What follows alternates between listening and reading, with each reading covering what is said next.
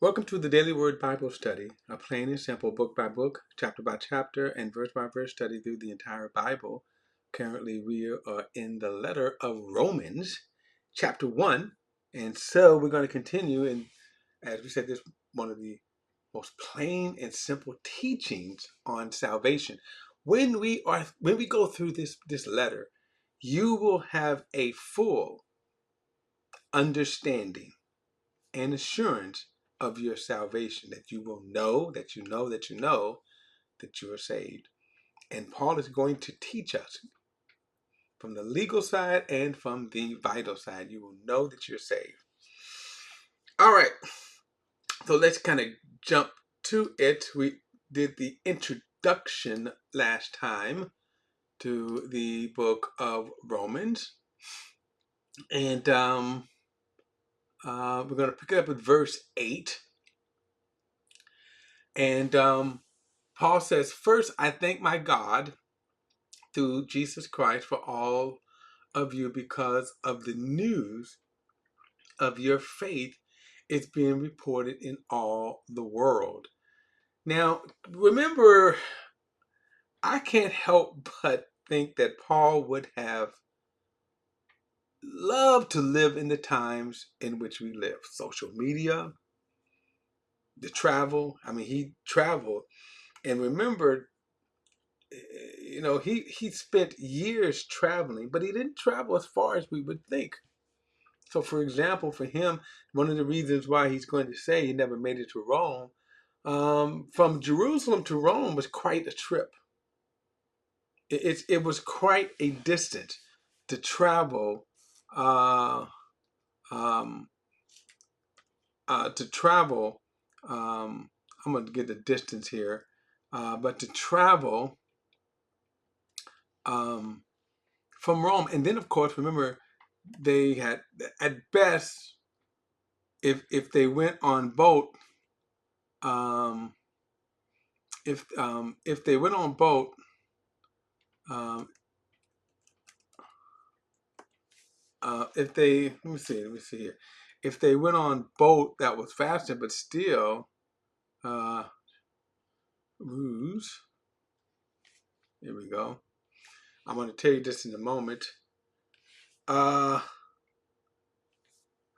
of course, they're going to. It's here telling me in kilometers. I hate when they do this. All right. So from Jerusalem to Rome by boat, if I'm reading this right, is about 1,200 miles.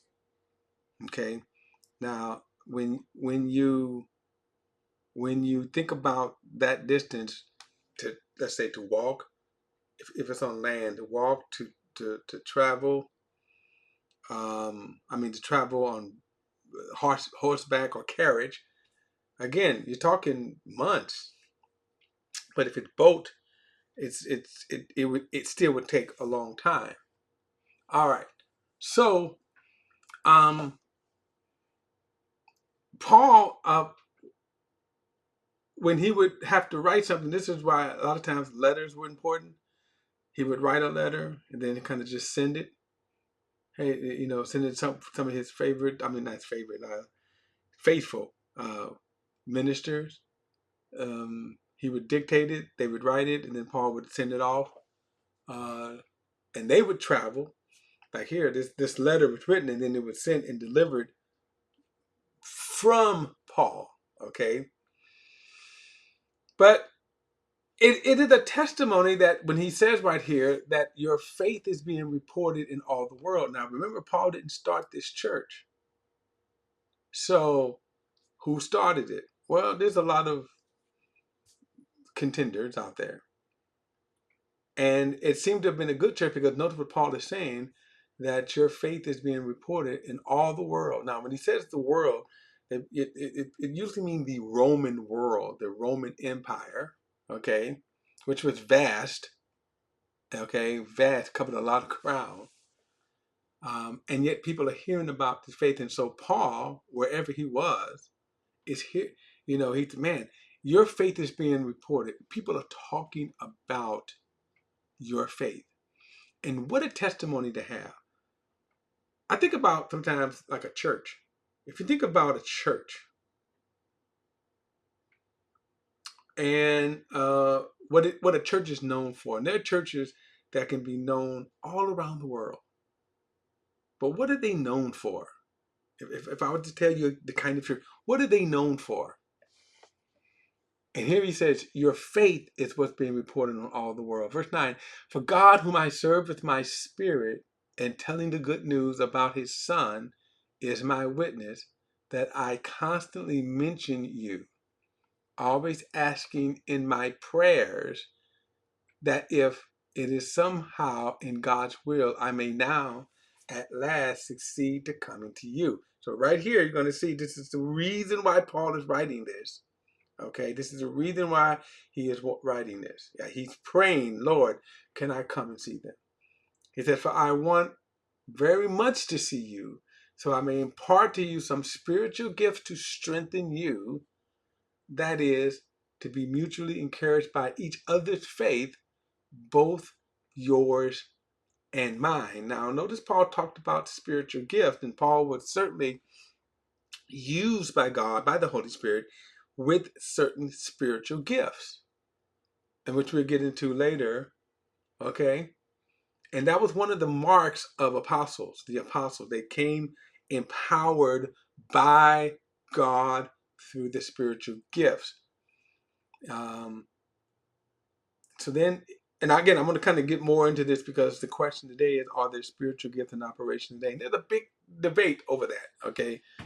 But anyway, the reason why Paul is saying that is that what? That I can impart spiritual gifts to what? Strengthen you. So that is always the purpose of the manifestation of the gift of the Spirit.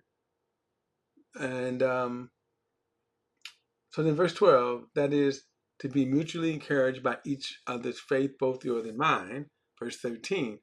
Now I want you to know, brothers, that I often planned to come to you, but was prevented until now, in order I may have a fruitful ministry among you, just as among the rest of the Gentiles. And we're going to see this term Gentiles juxtaposed to Jews.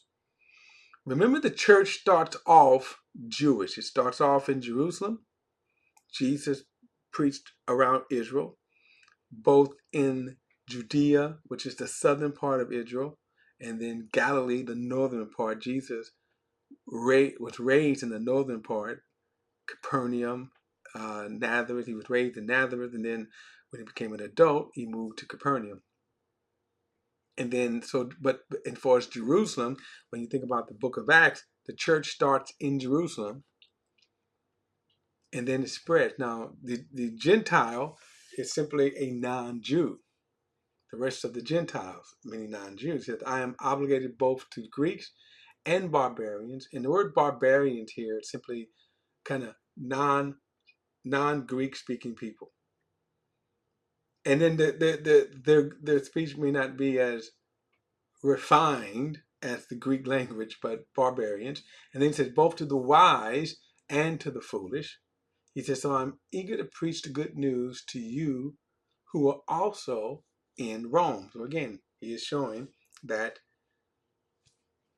he at this point, it even seems like he's never even been to Rome, let alone to really see this church. But he says, hey, I'm heading there. I'm heading to see this great church in Rome. Verse 16, for I am not ashamed of the gospel, because it is God's power for salvation to everyone who believes, first to the Jew and also to the Greek. For in it God's righteousness is revealed from faith to faith, just as it is written, the righteous will live by faith. Now, this phrase, the righteous will live by faith, we see it in Joel or Habakkuk. Hold on, I can probably tell you in just a moment. But it appears, Habakkuk, okay? It appears like 4 times in the scriptures. So Habakkuk here in Romans, in Galatians, and then I think also in Hebrews. The righteous shall live by faith, okay? The righteous will live by faith. This and the idea of what is, now faith as it is used, the word faith and then the word believe, it's interchangeable. One is the noun and one is the verb. Faith is the noun, and then to believe is the verb. The righteous shall live by what? Faith. What faith is it? Well, we're going to get into that. We're going to break this down. What is the faith? What is faith? The gospel, and you having faith in it. Now, he goes on, and Paul says, but I'm not ashamed of the gospel because what? It is God's power for salvation to everyone who believes. So it is God's power for salvation to everyone who believes, the Jew first and also to the Greek. Verse 18, now this is a very interesting kind of verse here, or passage, that is, I think, misused in a lot of ways. Verse 18 says, for God's wrath is revealed from heaven against all ungodliness and unrighteousness of people who by their unrighteousness suppress the truth. So now he shifts from the glorious salvation. The righteous shall live by faith. Why? Because God's wrath is revealed from heaven against all, from godlessness. I read that wrong originally. For God's wrath is revealed from heaven against all godlessness and unrighteousness of people who by their unrighteous suppress the truth.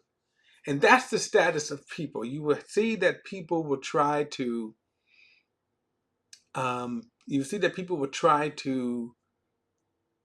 say that God is unfair because he's sending people to hell. This is the reason why he is sending people to hell. And notice this term, they suppress the truth. It's not that people are ignorant. It's not that people don't know and won't have a chance to ever hear the gospel. They suppress the truth. Verse 19, since what can be known about God is evident among them because God has shown it to them. For his invisible attributes, that is, his eternal power and divine nature, has been clearly seen since the creation of the world, being understood through what he has made. As a result, people are without excuse. Now think about this for a moment, that God has displayed his wisdom, his attributes. When you look at the world, the creation, the universe, and your conclusion, a Big Bang. Your conclusion is